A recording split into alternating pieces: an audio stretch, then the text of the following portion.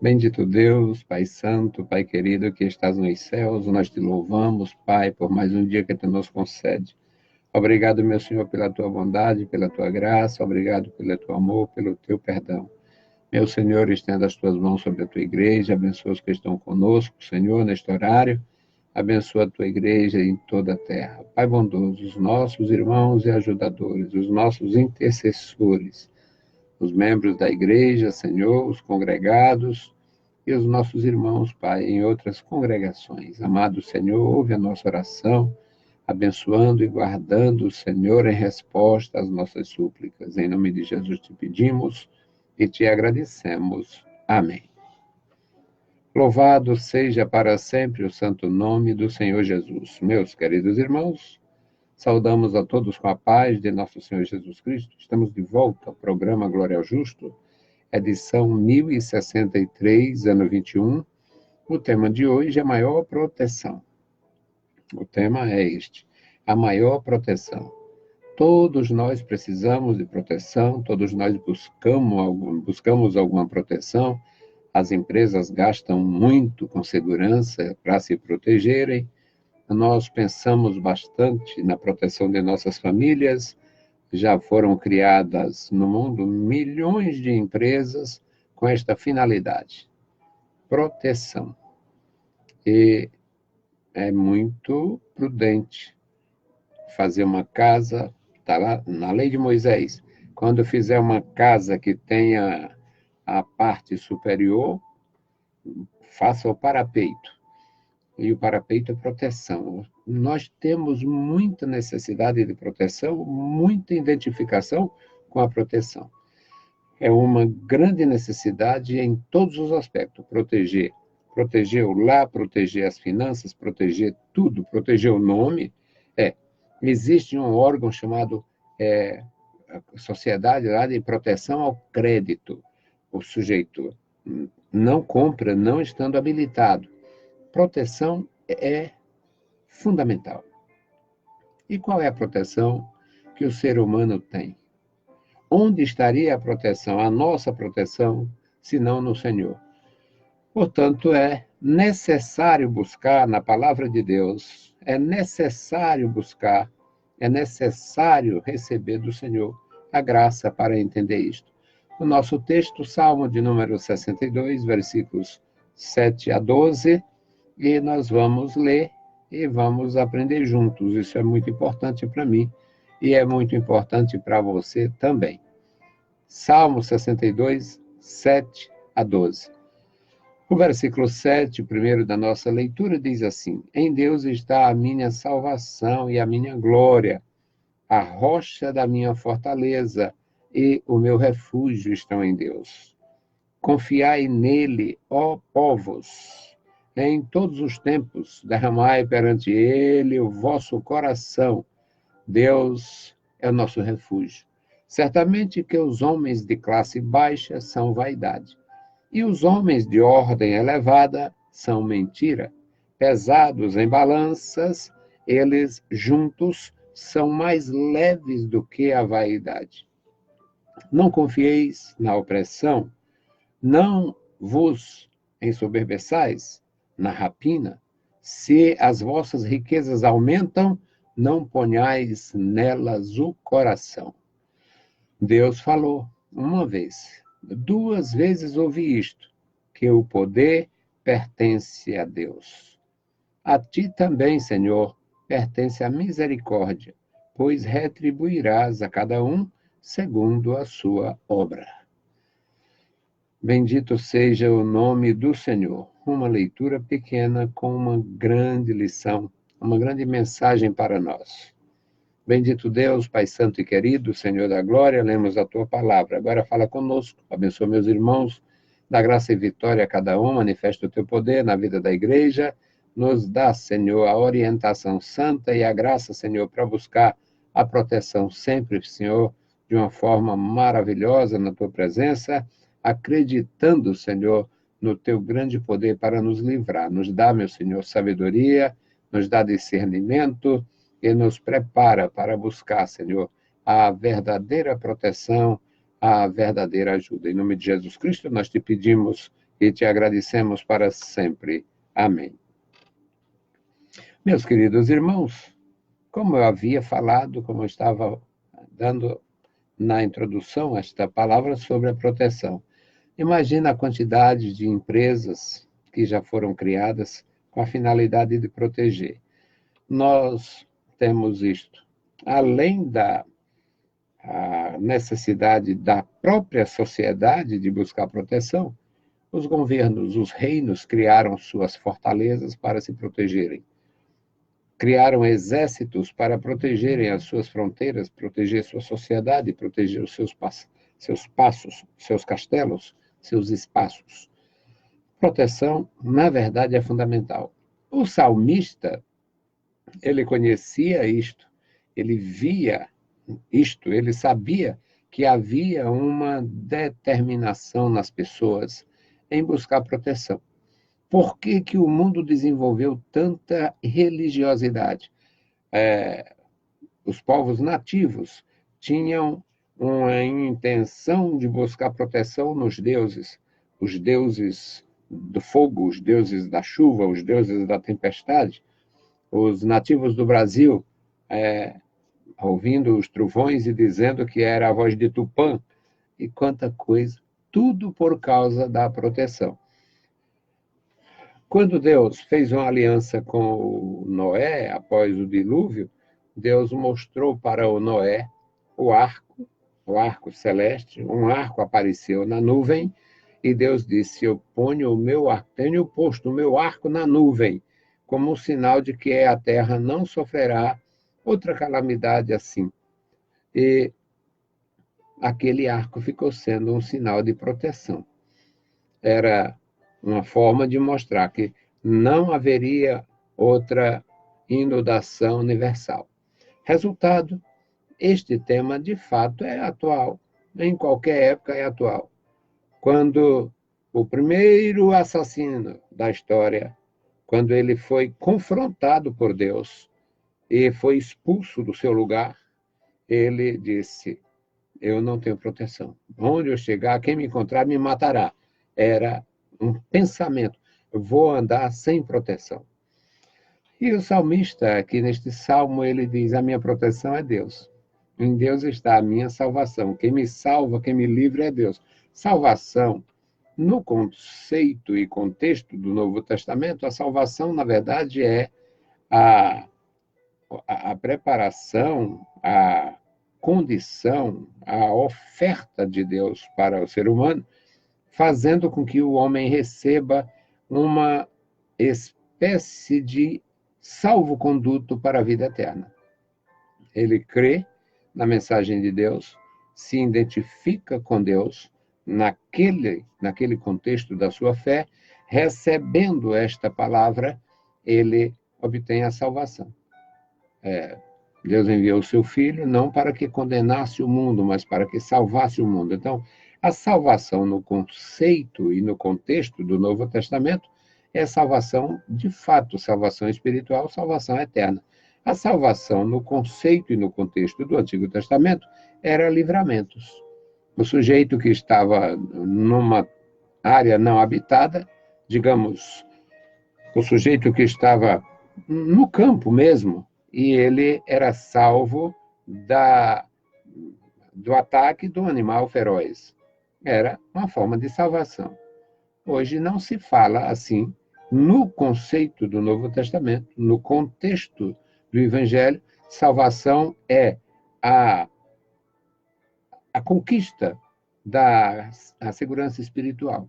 Em Cristo, nós vencemos o mal. Em Cristo, nós recebemos a bênção. Em Cristo, nos identificamos com Deus. E, pela fé em Cristo, somos salvos. Mas, no contexto da antiga aliança, salvação era apenas estar livre da calamidade, livre da aflição. No campo, livre do ataque das feras. No mar, livre da fúria das ondas. Entre os inimigos, livre do açoite da língua. Até isto tem nas Escrituras. Livres do açoite das línguas. O sujeito que muitas vezes faz injustiça, denunciando, criando mal, criando uma imagem negativa de uma pessoa, porque não gosta dela, porque tem inveja, qualquer coisa. Mas a salvação no Antigo Testamento também envolvia isso. Você está guardado, preservado daquele ímpio, daquele malfeitor, daquele praguejador. A salvação, no conceito do salmista, era muito profunda. Em Deus está a minha salvação e a minha glória. Ou seja, por estar salvo, eu tenho a felicidade, eu tenho glória. Em Deus está a minha salvação e a minha felicidade, a minha glória, a minha segurança. Ele é a rocha da minha fortaleza, ou ele é a fortaleza na qual me abrigo. O meu refúgio está em Deus. Tanto a minha fortaleza, portanto, aquele lugar que eu posso me amparar, me abrigar, me ocultar, quanto um refúgio, lugar onde eu posso descansar, estão em Deus. No versículo 8, a exortação que é muito natural nas Escrituras. Confiai nele, ó povos. Confiai nele, ó povos. Em todos os tempos. Em todos os tempos, o homem foi infiel. E o homem continua sendo infiel. Nós somos, em parte, nós somos muito propensos à infidelidade. Propensos à infidelidade. Quando Pedro chegou em Samaria para encorajar os irmãos, encontrou um indivíduo que tinha sido um mágico renomado na cidade, e este mágico ficou observando. E Pedro impondo as mãos sobre os convertidos e eles recebendo o poder do Espírito Santo. O mágico ficou doido. Olha, você me oferece, você me dá este poder, me transmita este poder que eu te dou dinheiro. Pedro só tinha o poder. Pedro já tinha dito na ocasião anterior, não temos prata nem ouro, mas o que temos te damos, ou o que tenho te dou. E o Simão mágico tinha feito fortuna. Era um João de Deus de Samaria. Era um desses embusteiros que faz embuste em nome de Deus. E ele tinha fortuna, ele tinha dinheiro. Então ele disse, você me dá dinheiro você me dá poder e eu te dou dinheiro. E o Pedro disse, vá para o inferno. Você não tem parte nesta salvação. Você não tem parte neste ministério. Você não tem herança neste contexto da revelação de Jesus Cristo, porque tu é infiel. Então, a fidelidade faz com que a gente tenha segurança disto. Em Deus está a minha salvação. Eu tenho sido fiel ao Senhor. Eu tenho recebido a sua orientação. Eu tenho seguido a sua orientação. Então, em Deus está a minha salvação. Isto é o que o salmista diz. Então, confiai nele, ó povos, em todos os tempos. As pessoas, as nações, as civilizações, elas se afastaram de Deus e se afastaram como o navegador se afasta da praia. O indivíduo vai para outro país, para outro continente, então, óbvio que ele tem que se afastar da praia. Os indivíduos navegando na corrupção, na maldade, na fantasia, eles vão se afastando, se afastando e se afastando até perder de vista, eles perdem de vista a orientação, a terra, a montanha, a segurança, a fortaleza, onde está a proteção, eles perdem de vista. E isto sem nenhuma diferença entre o homem de classe baixa e o homem de classe elevada, o versículo 9. Certamente os homens da classe baixa, os homens sem instrução, os homens do extrato social sem glamour, sem poder, sem aquilo que o mundo realmente reconhece, que é o poder, o dinheiro, as coisas, os bens materiais. Mas este homem da classe baixa, ele, diante de Deus, ele é nada. Tem o termo hebraico, bosher, que é vaidade. É um termo usado para coisas sem futuro, realmente. O ídolo, a imagem de escultura de qualquer natureza, é Bosché. A esperança, o sujeito que é jovem como o Sansão e fazia suas estripulias como se fosse ser jovem a vida inteira, é Bosché. Esses homens, essas pessoas que se aplicam ou que se deixam levar pelo aparente. Então, os homens de classe baixa são vaidade, Bosché. Os homens da ordem elevada, os homens importantes, os homens que compõem um extrato social elevado, Bosché. Igualmente. Os homens de ordem elevada é mentira, são mentira, ou seja, não é real o seu poder, não é real a sua importância, não é real aquilo que se supõe. E ainda no versículo 9, o salmista diz: pesando na balança, pesando em balanças, o homem sem classe, o homem classificado, o homem da classe de ninguém e o homem da classe de alguém, ou seja, o pobre e o rico, o sábio e o ignorante, eles têm peso igual, pesam menos do que a vaidade. Eles não têm nenhum valor diante de Deus que possa impor alguma coisa para obter proteção. A nossa proteção vai estar sempre no campo da misericórdia. Ninguém tem isto. Ninguém tem bens que possam convencer Deus. Ninguém tem nada.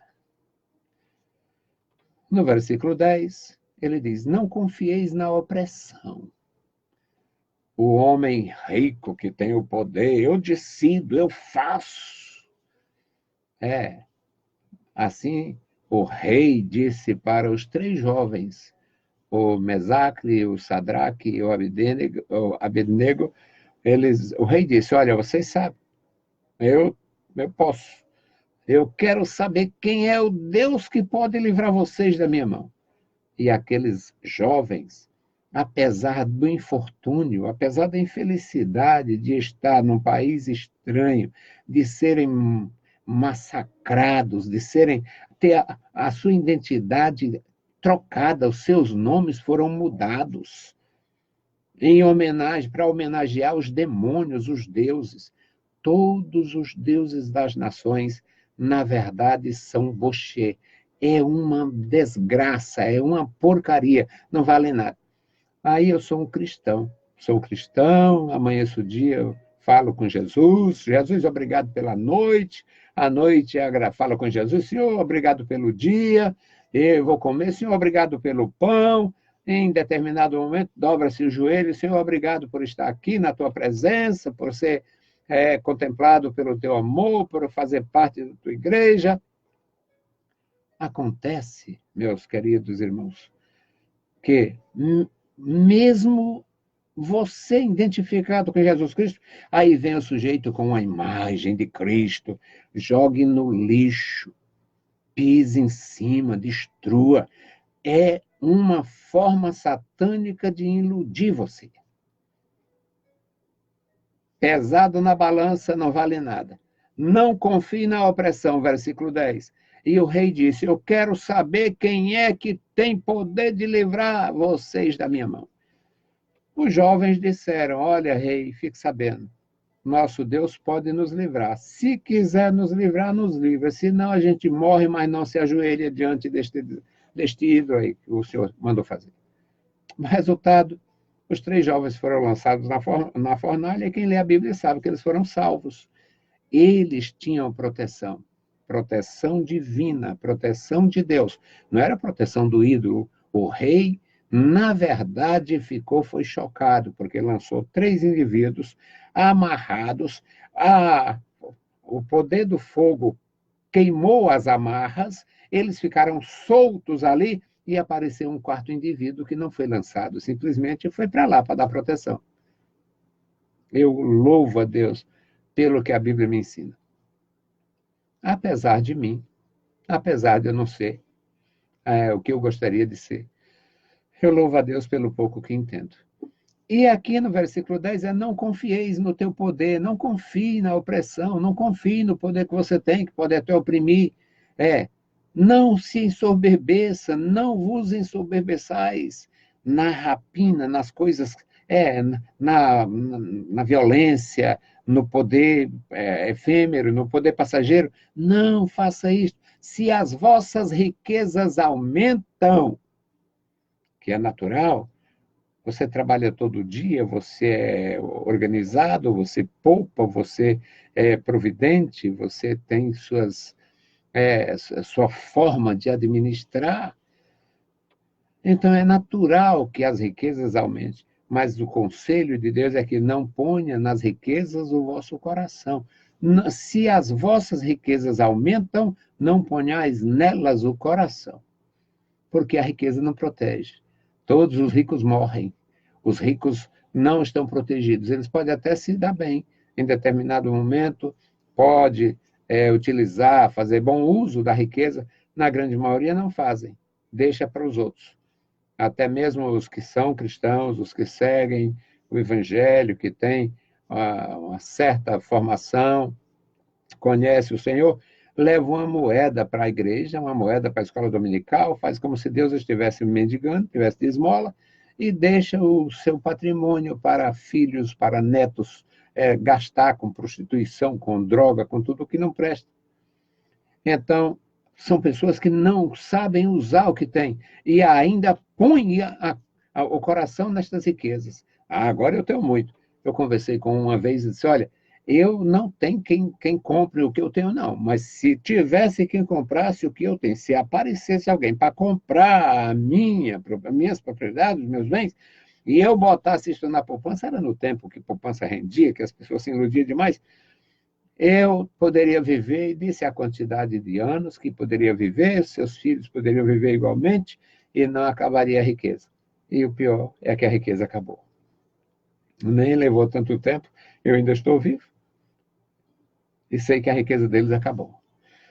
Então, não ficou do tamanho da minha, não chegou ao nível, não chegou a esse nível, mas acabou. Aquela riqueza, aquela coisa acabou. Não ponha na riqueza o coração. O versículo 11, o salmista diz: Deus falou uma vez, duas vezes ouvi isto. O poder não pertence ao homem. O homem pode administrar o que Deus lhe deu. O homem pode se engrandecer na terra com justiça, com dignidade, com decência, mediante a sua ação, mediante o seu desenvolvimento, a sua profissão. O homem pode sim e deve crescer. O homem não foi criado para ser miserável. Muito embora Deus reconhece que sempre teria miseráveis, pelo menos pobres. Deus disse, e Jesus repetiu. Deus disse lá na lei: os pobres vão estar perto de vocês. Então, quando vocês semearem e colherem, os cantos não podem ser colhidos. Você semeia os cantos, você cuida dos cantos, do seu roçado, do seu patrimônio, da sua propriedade, mas você não pode tirar o produto que nasce nos cantos. Ali é para os pobres. Ou seja, pobre vai existir sempre.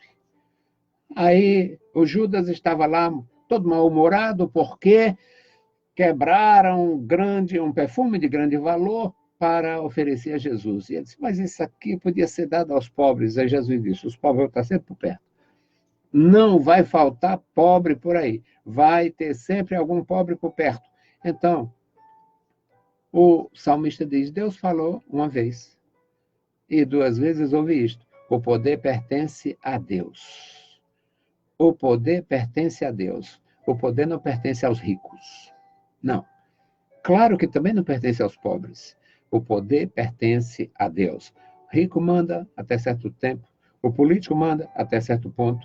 Alguém exerce o poder por concessão, mas o poder pertence a Deus. Ele, na sua bondade, nos concede poder eclesiástico. Nós decidimos, nós ajudamos, nós enfrentamos, nós reprovamos. Isto é poder. É uma forma de poder. Mas o verdadeiro poder e todo o poder pertence a Deus. Duas vezes o Senhor, Deus falou uma vez, duas vezes ouvi isto, que o poder pertence a Deus. E no último versículo, o salmista, como sempre, todo servo do Senhor, consagrado, dedicado, faz isto. Ele diz: a ti, Senhor, pertence também a misericórdia. É a misericórdia que faz a gente estar de pé. É pela misericórdia que a gente continua tendo oportunidades, buscando, fazendo alguma coisa e correspondendo. É pela misericórdia que nós recebemos o conhecimento da salvação. É pela misericórdia que nós discernimos. É pela misericórdia que nós temos o discernimento para saber a proteção. Para saber qual a verdadeira proteção. Não se iluda. Ou você tem a proteção de Deus, ou não terá a proteção de ninguém. A proteção do homem falha e a proteção dos demônios também. Além de ser pior do que qualquer outro aspecto. Quando alguém se deixa levar pela fraude religiosa, pelo poder cativante dos demônios, no espiritismo, na devoção do catolicismo, em todas essas coisas, onde o evangelho da fraude, que hoje o Brasil está absolutamente dominado pelo evangelho da fraude, pregação da prosperidade, tudo. Esta imitação barata, maligna de comunidades, o bicho idólatra que só o Satanás. Eu fui reprovado. Um irmão disse: o Satanás não é idólatra, não. O Satanás quer ser adorado. Bom, deixa para lá. Mas o sujeito idólatra que só o Satanás, e o que faz? Buscando proteção no ídolo. Despreza o verdadeiro Deus. Mas o evangelho é tão simples, essa simplicidade não me adianta, não me interessa, deixa eu mergulhar no mistério. Aí mergulha no mistério da corrupção, no mistério infernal da idolatria. Eu fui treinado nesta desgraça na minha infância e na minha adolescência, quando eu escapei pelo milagre do Senhor, com 16, ia fazer 17 anos, eu era levado, quando morria alguém, para fazer uma espécie de exéquias de matutos lá, rezar terço e tal. Eu com 15 anos, já fazia isto. Deus me tirou daquele inferno, daquela devoção diabólica, que de Cristo não tem nada. E agora, nem isto eles fazem, estão imitando Universal, imitando Internacional, imitando os Cambal, imitando esta fraude religiosa do lado da Bíblia, eles imitando com a imagem do lado. Isso é mais maligno do que o que se possa imaginar. E não há a menor proteção. Se você tem condição, fuja. O Daniel fugiu, o Azarias, o Misael e o Ananias fugiram. Foram vencedores. A nossa proteção está no Senhor Deus. Bendito Deus, Pai Santo, Pai querido, Senhor da glória, se conosco, ajuda-nos. Te louvamos, meu Senhor, pela tua bondade, pela tua palavra. Te louvamos, meu Senhor, pela tua igreja. Abençoa, continua operando no seio da igreja. Dá graça, Senhor, aos que ainda são fiéis ao Evangelho de nosso Senhor Jesus Cristo. Dá graça, Senhor, aos que ainda pregam a tua palavra. Dá graça aos que ainda esperam. Ó, Senhor, na tua compaixão e misericórdia e também a vinda santa de seu Filho amado. Querido Senhor, ouve a nossa proteção, a nossa oração, Senhor, e nos dá a tua proteção. Em nome de Jesus te pedimos e te agradecemos para sempre. Amém. Saudamos a todos com a paz de nosso Senhor Jesus Cristo. Se o Senhor permitir, voltaremos amanhã. Deus os abençoe. Leiam a Bíblia Sagrada e a graça de nosso Salvador repouse sobre vós. Amém.